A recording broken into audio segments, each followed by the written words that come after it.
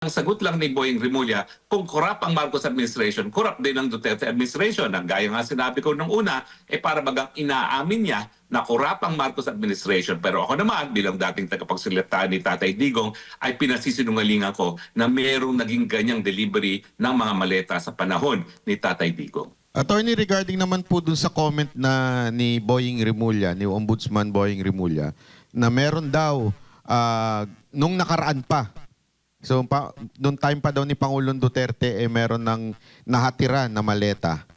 Ano po masasabi niyo dito? Well, ang sigurado ko, bakit wala ako natanggap?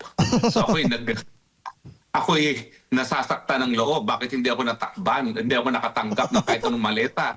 Ako palaging nakasalang araw-araw na ginawa ng Diyos at akong ginigisa ng media dyan, no? Dahil ako ngayon boses ng Administrasyong Duterte. Siguro siya nakatanggap. So, Boying, pahingi naman dyan, no? Di ba? Huwag mo naman suluhin yan. Nakatanggap ka na pala dati. Lalong mas marami ka natanggap ngayon dahil talagang limpak-limpak ang mga na-deliver dito mga Marines na ito. Pero attorney, would you consider that na relevant yung kung nakatanggap ba ay noong panumpa ni Pangulong Duterte, may nangyayari na o ngayon? Importante ba yun o anong pinapatunayan nun? Lokohan nga po yan eh. Kasi ang dapat natin tinitignan kung totoo nga ba yung sinabi ng mga Marines. At marami naman talagang bagay-bagay na po pwedeng ma-verify. Yung mga addresses, yung mga larawan, yung mga helicopter, mga eroplano. Yan ang dapat tignan. At ang dapat gawin ngayon is imbestigahan nga yung kanilang mga sinabi at parusahan at tignan talaga kung sinong dapat makulong ng panghabang buhay dahil sa pagpandarambong galing nga sa kaban ng taong bayan. Hindi po pwede yun na magnanakaw kayo dyan sa gobyerno. Ang sagot, magnanakaw din kayo. Well, una-una, no? Wala naman pong naniniwala doon sa sinasabi nila na nagkaroon ng lantarang korupsyon sa panahon ni Presidente Duterte. Dahil ang problema ko nun talaga as spokesperson, paano ma-explain kung bakit yung mga pinakamalalapit pa kay Presidente sa panahon ng kampanya at sa gabinete ang unang-unang natanggal sa mga posisyon. At wala pa nga napapatunayan, pinapatanggal na ni Presidente Duterte dahil ng kanyang patakaran. Even a whiff of corruption ay sapat para masibak sa pwesto ang isang opisyales sa gabinete ni Tatay Digong. Ngayon, sinasabi na ng mga mandurugas talaga yung mga taong sa gobyerno, imbis na imbestigahan at tignan kung dapat nga bang tanggalin dito mga korupto sa gobyerno, ang sinusupil pa at ang dinidiin ay yung mga nagsasabi ng katotohanan at nagtumatayo at nagbibigay ng testigo para nga po mahuli ang mga korupt na yan. Attorney Roque, si Coach Oli po. Yes, Coach. Ang pinakamaingay ngayon na balita ay patungkol dito sa maleta.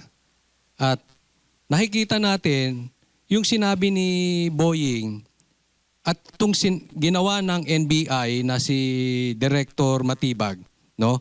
Ipaliwanag nyo, attorney, sa mga katulad kong hindi abogado, ito ba'y parang inaamin ni Boying na pwedeng magamit na meron talagang confirm na may bigayan ng maleta. Doon naman sa NBI, yung legality po na parang nag-iimbestiga sila ng non-crime. Kasi ang iniimbestigahan nila yung mga mga 18 Marines, hindi nila mapatawag yung subject ng krimen kung hindi yung nagsiwalat ng krimen. Well, tama ka dyan, Coach, no? Kasi parang sinasabi ni Boying Rimulya, huwag kayong magreklamo na nagde-deliver ng maleta sa panahon ni Presidente Marcos dahil nagsimula yan sa panahon ni Presidente Duterte. Ako po ay pinasisinungalingan ko na nagkaroon ng kahit anong delivery sa maleta. Pero yung sa sinabi ni Ombudsman Rimulya, parang inaamin niya, totoo, nagkakabigayan, nagkakaroon ng delivery ng maleta, pero nagsimula yan sa panahon ni Tatay Duterte, ni Tatay Digong, no? So kalokohan po yan dahil unang-una, hindi ko alam kung siya talaga ay naging kabahagi ng gobyerno nung panahon ni Tatay Digong dahil nung ako'y nasa Kongreso, 17 Congress, wala naman siya sa Kongreso noon, no? So hindi ko alam kung bakit may nalalaman siyang bigayan ng maleta na gaya ng sinasabi niya. Pero that is in effect po, talagang an indirect admission na may katotohanan itong lantarang korupsyon at pagdideliver ng mga mali-malitang mga basura sa administrasyon ni Duterte. Pagdating naman doon po sa 18 Marines, no, sila po ay nagpunta roon bilang mga testigo sa krimen ng plunder. pero nangyayari, sila ngayon ang iniimbestigahan. Hindi ko alam kung anong krimen ang ipapataw nila o ikakaso nila laban dito sa mga Marines, pero pwede po yung incitement to sedition dahil napakababa naman ng ng parusa para labang sa perjury, at ang sigurado ko, gusto nilang ikulong na matagalan para mapatahimik yung mga Marino na yan. So yung mga testigo ngayon ang lumalabas, sila ang iniimbestigahan, samantalang dapat yung mga tao na sinisiwalat nila na mga korap sa gobyerno ang dapat imbestigahan ng NBI. Attorney, si paring RJ po. Alam naman natin Yes, na RJ. yung sinasabi ni Boying isang malaking kalokohan at walang maniniwala. Sa tingin nyo, bakit niya pa rin yan sinasabi? Bakit dinidikit niya pa rin yan sa mga Duterte?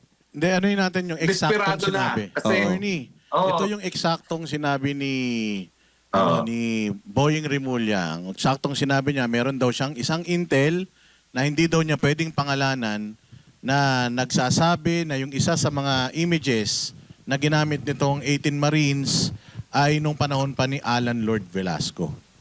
Oh, so hindi daw pwedeng pangalanan itong kanyang nakausap. Ano yung Well- pwede niyong i-connect doon sa tanong ni RJ? Well, unang-una sa batas, dahil ito'y intel, chismis lang yan. Yan ay hindi pa na pinasumpaan ng kahit sino. Samantalang ang mga Marines nag-execute na ng notaryadong dokumento na isang public document na po pwedeng maging dahilan na para sila ay mapatawa ng parusa ng pagkakakulong kung sila ay nagsisinungaling. So walang ganyang notaryadong affidavit ang binibigay nitong sinasabi niyang impormante. Pangalawa, ano ang relevance nun dun sa katotohanan na nakasaad sa affidavit ng mga 18 Marines?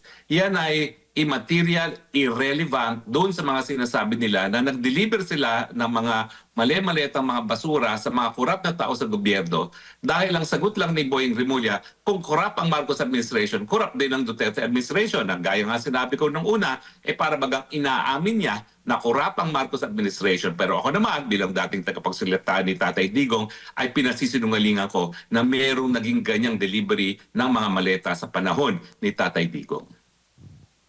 Attorney, sa mga ganyang ginagawa ng isang ombudsman, may kaukulang parusa po ba yan? Kasi ngayon lang ho kasi kami nakakita ng isang ombudsman na nakatulad ni Boying Remulla.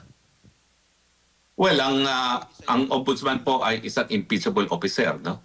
At isa sa basehan ng impeachment ay ang betrayal of public trust. At sa tingin ko, kung ganyan ang kanyang pamamaraan sa pag-iimbestiga, po pwede natin matawag yan na pagtataksil sa tiwalang binigay sa kanya dahil ang dapat niya gawin bilang ombudsman talagang siya mag-imbestiga doon sa katotohanan ng sinasabi ng mga Marines.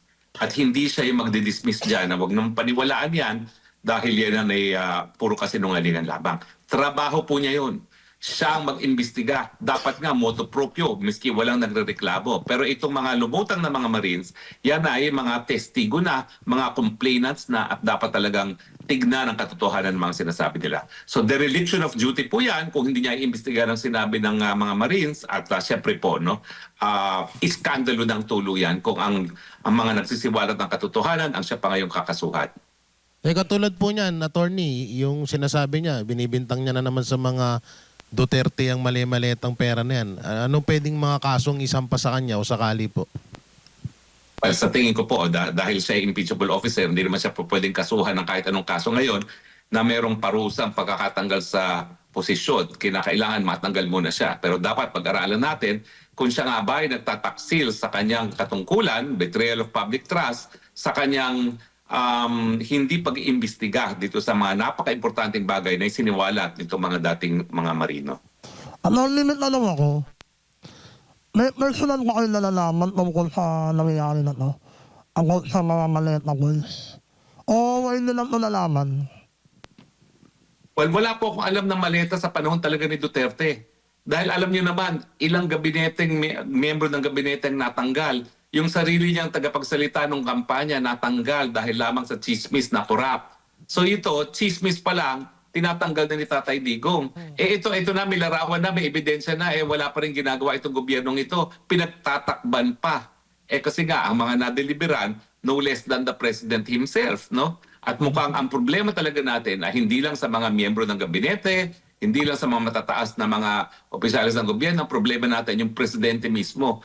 Pangalawang beses nang nadawit ang presidente rito, no? Unang-una nga, itong mga Marines na nag-deliver sila doon sa Malacanang. Tapos si Zaldico na nagsabi na siya mismo nag-deliver. At siyempre, meron pang mga yung kamag-anak ni dating E.S. Bersamin na di umano ay pinagbigyan nga no ni Zaldico ng pera yung kanilang kubra doon sa 100 billion na insertions na ipinasok ni Presidenteng Bangag noong 2025 budget. No? So lahat yan po ay napakahirap na pasinungalingan na ang sasabihin lang ng ombudsman ay anyway, nung panahon ng Duterte, nangyayari rin yan.